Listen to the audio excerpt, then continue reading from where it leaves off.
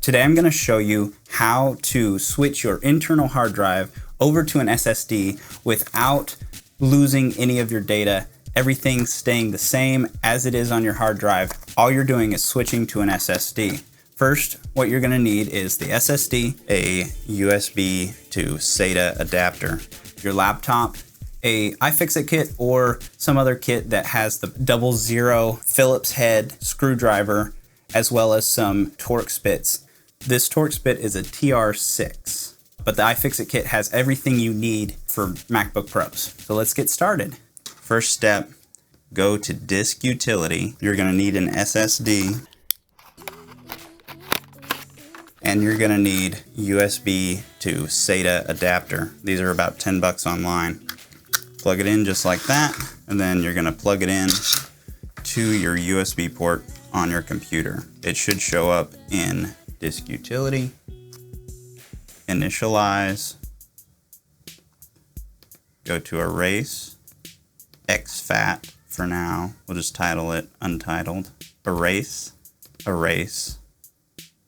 So your disk is now initialized. It's ready for you to do whatever you need to do with it. Go ahead and close that out. What we need to do next is reboot your computer into safe mode, or recovery mode as Mac OS calls it. So let's go ahead and restart this computer. And when you hear the chime, although new Macs don't have the chime, but you wouldn't be switching to an SSD on a new Mac, you're gonna hold down Command R. You'll see the progression bar. Hold down Command R as you see that progression bar. Don't let it go. So once you're into recovery mode, hit Disk Utility, Continue. All right, once you're in Disk Utility, you can see your hard drive that's internal to the computer. You can see the SSD that's external to the computer, and you can see your base system that you're running on in recovery mode.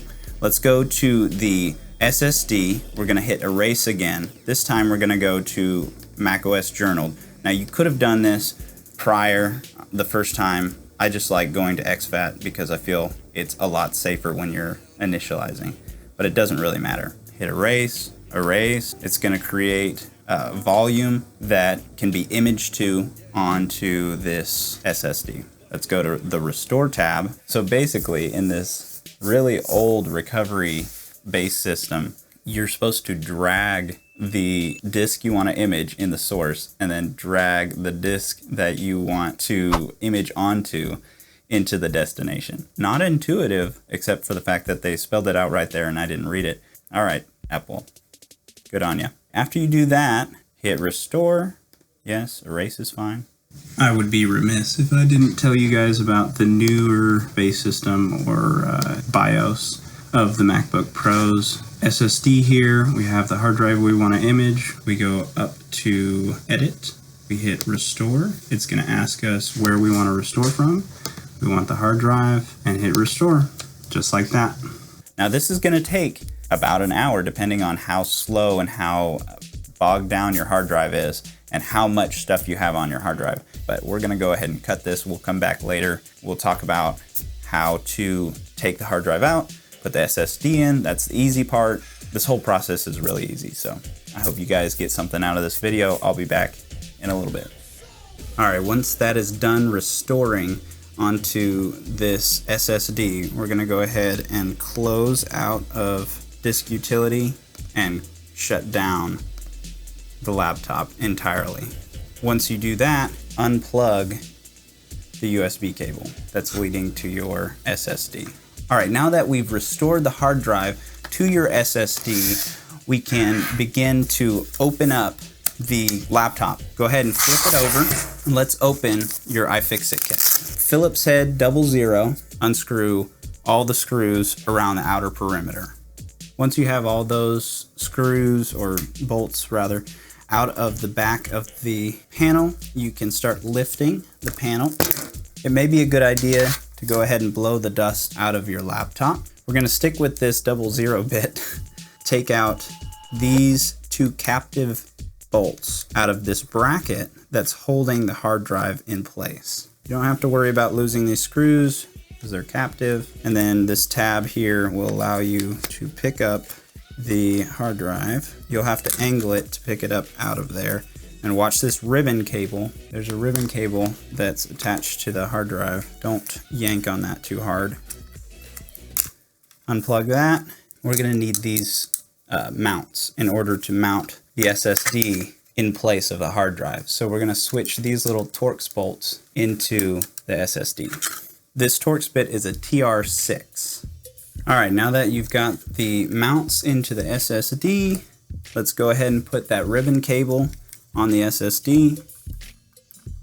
Lean this into the same slot that the hard drive was sitting in. Make sure everything lies flat. Grab your bracket, place it over the SSD, switch back to your 00 Phillips, screw it down. Make sure you don't cross thread. Let's go ahead and put our back panel on, because you actually cannot boot the computer until the back panel is on, because there is a grounding switch that allows the computer to know that it is not closed and it will not boot. It will just give you a little frowny face when you try and boot. Now you may or may not get that. Your computer may boot for whatever reason, but that is the experience that I've had. Go ahead and put all these screws back in and we'll boot it up with the SSD. We'll time to see how long it takes. Pro tip, when you are putting these screws back in, you might want to put some fresh Loctite on the threads so that they don't back out. I have a lot of experience with them backing back out, so that might be advisable for you to do. Let's try booting this thing. This is the part where we cross our fingers. Let's go ahead and plug her in.